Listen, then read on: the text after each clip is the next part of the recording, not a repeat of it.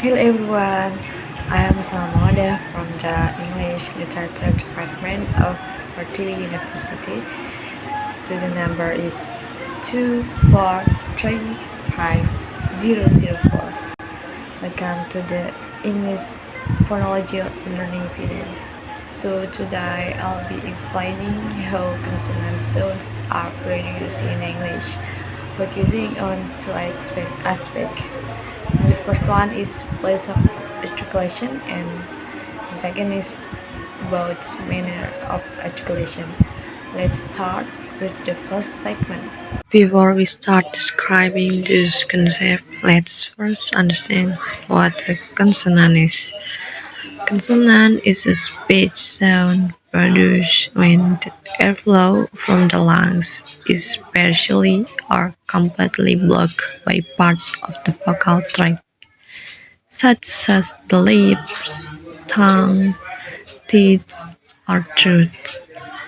Unlike vowels, which are produced with an open vocal tract, consonants involve some kind of obstruction or narrowing.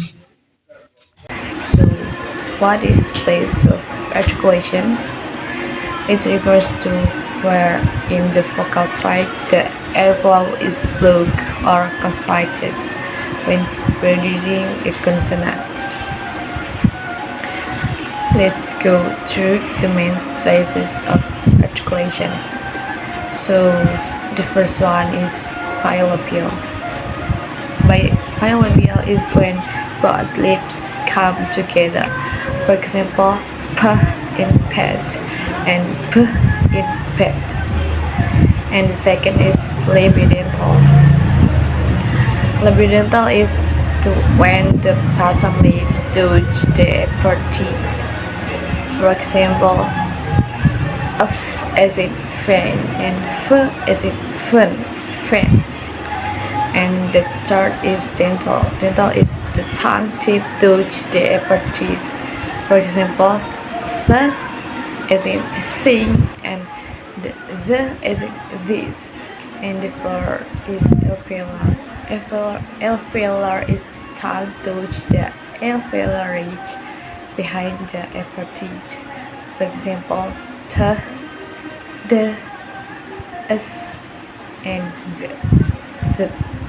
And the last one is velar. Velar is the back of the tongue touch the soft palate or velum. For example, k in cat, and k in go, and in sing. So guys, now we will move on to the second aspect of consonant production, which is a manner of articulation, or in other words, is how the sound produced. So, what is manner of articulation?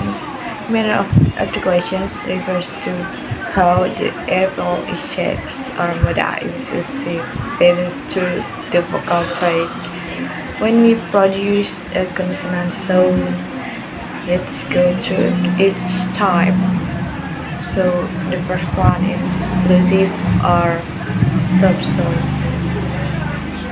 Plosive is the when airflow completely stops for a moment, then suddenly release. For example, P as in pen, and T as in toe, and D as in dog, and K as in cat, and G as in go. So the second is fricative. Fricative is the when airflow flows to a narrow gate, creating friction or hissing sound. For example, F in fish, and V in fan, and the in thing, and the in this, and S in sun, and Z in zoo, and a sh in she.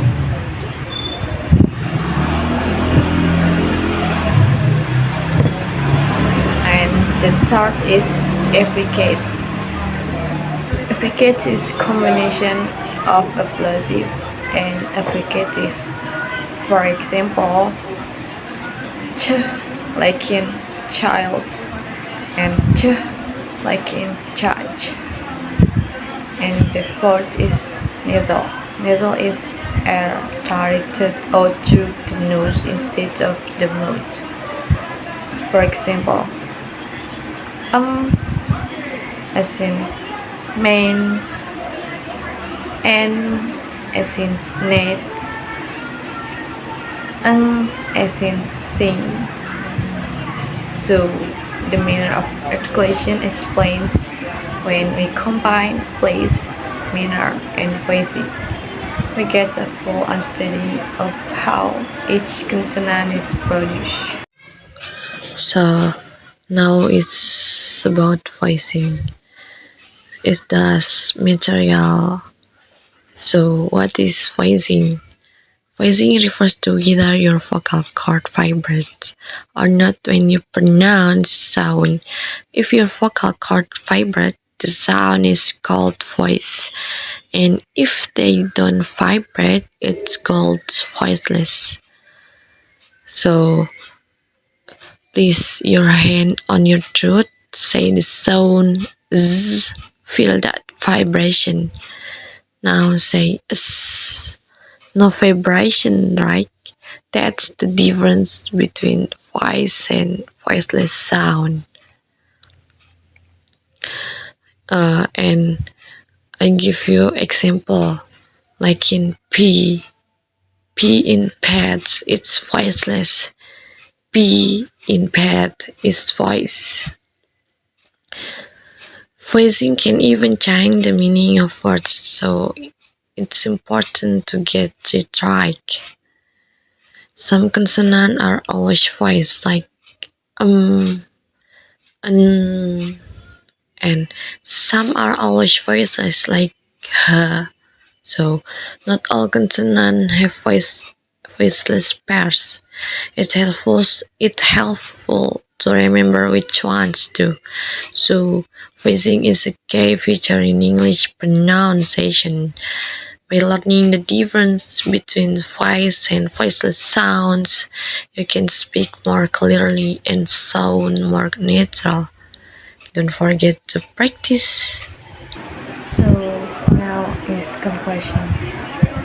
The difference between manner and place of articulation is explains how the air flows when producing the sounds, whether it's stopped, narrowed, or goes through the nose.